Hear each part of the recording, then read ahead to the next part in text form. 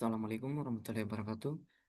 Perkenalkan nama saya Sulfikar dengan NIM L02124151 dari kelas A Ekotoksikologi. Jadi di sini saya akan membahas mengenai pemodelan dalam ekotoksikologi, yaitu dengan judul penerapan sensorik di budidaya udang faname menggunakan teknologi Internet of Things atau IoT. Jadi sistem ini dirancang untuk membantu petambak dalam memantau kualitas air secara otomatis. Dengan teknologi ini budidaya akan menjadi lebih lebih modern dan efisien. Selanjutnya itu masuk di tujuan sensorik ini. Sebelumnya saya jelaskan mengenai udang faname. Jadi udang faname ini sangat sensitif terhadap pon. Jadi udang faname ini sangat sensitif terhadap perubahan kualitas air. Jika parameter seperti suhu, pH, oksigen, dan salinitas tidak sesuai, udang ini bisa mati. Bahkan udang ini bisa stres bahkan mati. Jadi sistem sensorik ini hadir untuk menjaga kualitas air agar tetap stabil. Adapun tujuan dari sistem sensorik ini, yaitu yang pertama, memantau kualitas air dengan menjaga pertumbuhan optimal dan dan mengurangi risiko kegagalan budidaya. Jadi teknologi ini bukan sekedar alat bantu, tapi solusi untuk meningkatkan produktivitas dalam budidaya udang faname. Selanjutnya itu ada komponen sistem sensorik.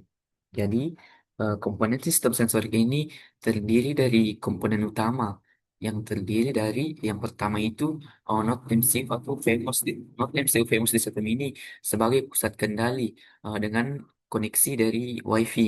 Yang kedua itu ada sensor pH. Jadi sensor pH ini untuk mengukur keasaman air. Adapun nama dari sensor pH ini yaitu Seno 161. Terus ada sensor suhu yang mengatur temperatur air, ada sensor DO, ada sensor salinitas, ada sensor ada sensor kekeruhan dan ultrasonik untuk membaca kondisi air secara detail. Dan ada komponen lain seperti relay, pompa air. Jadi relay dan pompa air ini untuk mengatur sirkulasi dan ketinggian air secara otomatis. Adapun komponen untuk memantau semua ini itu smartphone Android dengan Telegram. Jadi smartphone ini sebagai terbuka pengguna, tempat semua data ditampilkan dan perintah dikirim. Semua, jadi semua komponen ini saling berhubung membentuk sistem monitoring yang lengkap. Baik, adapun slide selanjutnya itu cara kerja sistem monitoring ini. Jadi cara kerja sistem monitoring ini berlanjut secara berurutan. Yang pertama itu sistem ini yang pertama itu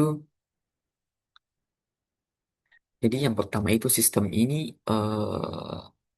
ini diaktifkan dengan node MCU yang terhubung ke sumber daya sehingga siap menerima perintah. Selanjutnya, sensor ini mulai membaca berbagai parameter kualitas air seperti suhu, pH, eh, salinitas, dan oksigen terlarut serta kekeruhan dan ketinggian air. Jadi eh, data yang diper, jadi data yang diperoleh itu kemudian diproses oleh Node MCU dan dibandingkan dengan ambang batas ideal yang sudah ditentukan. Nah, hasil pengukurannya itu dikirim ke aplikasi Telegram secara real time sehingga pengguna dapat mengetahui secara langsung di sekolah.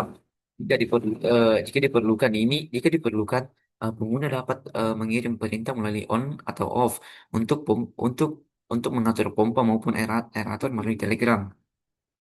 Dan notem CEO ini akan mengeksekusi atau menerima perintah tersebut dan semua proses ini dilakukan secara jarak jauh tanpa harus datang ke lokasi tambak atau kolam. Sehingga sistem monitoring ini bisa lebih efisien dan praktis. Baik, adapun slide selanjutnya yaitu eh, ambang batas parameter kualitas air. Jadi setiap parameter itu memiliki ambang batas yang harus dijaga agar kondisinya itu tetap ideal. DO atau oksigen terlarut harus berada pada kisaran 4 sampai 8 miligram per liter dengan batas minimal aman itu di atas 4 miligram per liter. yang kode itu suhu air. Jadi suhu ini dijaga antara 28 sampai 32 derajat Celcius dan masih aman jika kurang dari 26 derajat. Yang ketiga itu tingkat keasaman atau pH. Jadi pH aman itu eh, kisaran rentang 7,5 sampai 8,5 dengan rentang aman itu 6,5 sampai 90. Jadi dalam kondisi ini dapat dikatakan aman. Selanjutnya itu ada salinitas. Jadi salinitas ini perlu dijaga dengan kisaran 15 sampai 25 ppt atau part per thousand. Jadi eh, hmm, masih ditoleransi antara 10 sampai 30 ppt. Yang kelima itu ada kekeruhan air. Jadi kekeruhan air ini harus dikontrol agar tidak melebihi 100 NTU. Sementara ketinggian air kolamnya itu di sini saya ambil patok 70 cm dan kolamnya itu dan ketinggian kolamnya itu dapat disesuaikan dengan ketinggian kolam yang ingin dibuat. Jadi semisal ketinggian kolam itu 8 90 cm, kolamnya air dalam kolam itu harus minimal 70 cm agar menjaga stabilitas lingkungan. Jadi agar sistem sensorik ini otomatis memberikan notifikasi jika ada parameter yang keluar dari batas aman, sehingga tindakan korelatif bisa segera dilakukan sebelum kondisi kolam ini membahayakan udang. Selanjutnya itu ada tindakan saat melampaui ambang batas. Jadi tindakannya itu bisa dilihat pada PPT. Ada tindakan saat DO kurang, suhu kurang, pH kurang, salinitas kurang, dan kekeruhan kurang. Nah, ini contoh penggunaan sistemnya dalam jarak jauh yang digunakan dalam aplikasi Telegram. Jika ingin memulai, kita bisa ketik start.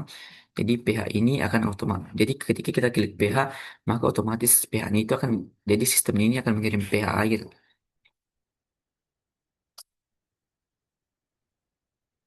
Selanjutnya itu cara kerjanya ini dalam bentuk gambar. Jadi eh, saya akan jelaskan eh, terutama cara Node MCU ini terhubung ke aplikasi Telegram. Jadi eh, proses ini dimulai dari sistem di mana Node MCU ini terhubung ke sumber daya dan siap menerima perintah. Nah, cara Node MCU ini terhubung ke Telegram, yang pertama itu kita membuka aplikasi Telegram dan cari akun resmi yang bernama Bootfather.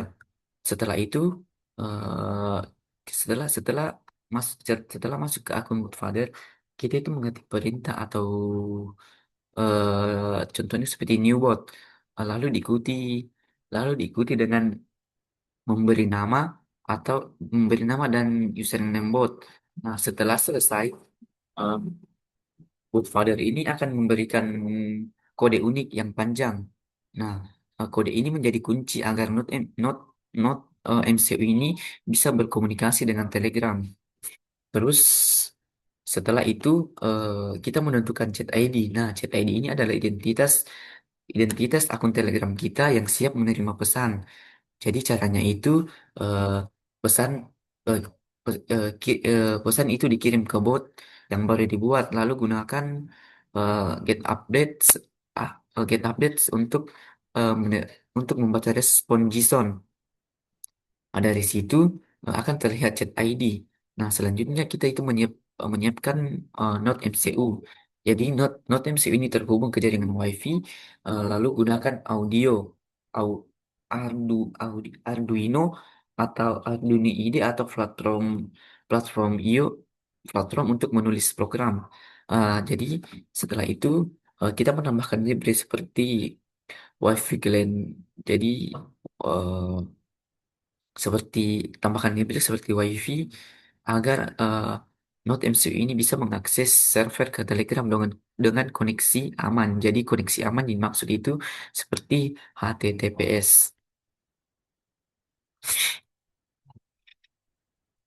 Selanjutnya itu langsung menghubungkan node MCU ini ke Telegram.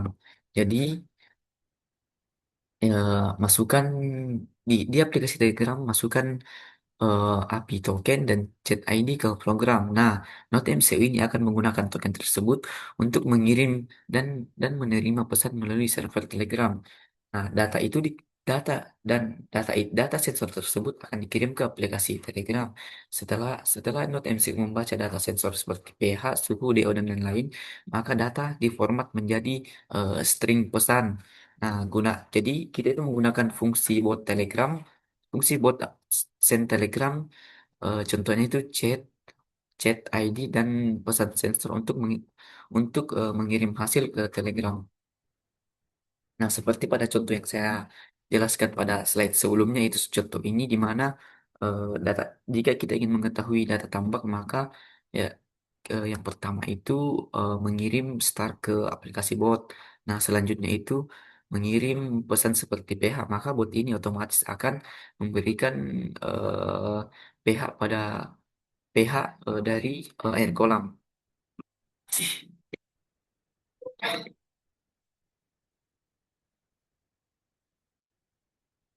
Selanjutnya kontrol pompa dan aerator. Jadi sistem ini mendukung monitoring jarak jauh sehingga kondisi air bisa dipantau kapan saja dan notifikasi jika terjadi perubahan yang signifikan. Jadi pada jadi monitoring ini bisa mengontrol pompa dan aerator. Eh, jika jika seperti yang saya katakan tadi, jika airnya itu kurang, maka eh, kita dapat mengirim pesan ke bot Telegram dengan cara seperti on pompa, maka otomatis pompa akan mengaktifkan jadi pompa akan tersendirinya itu menambah air.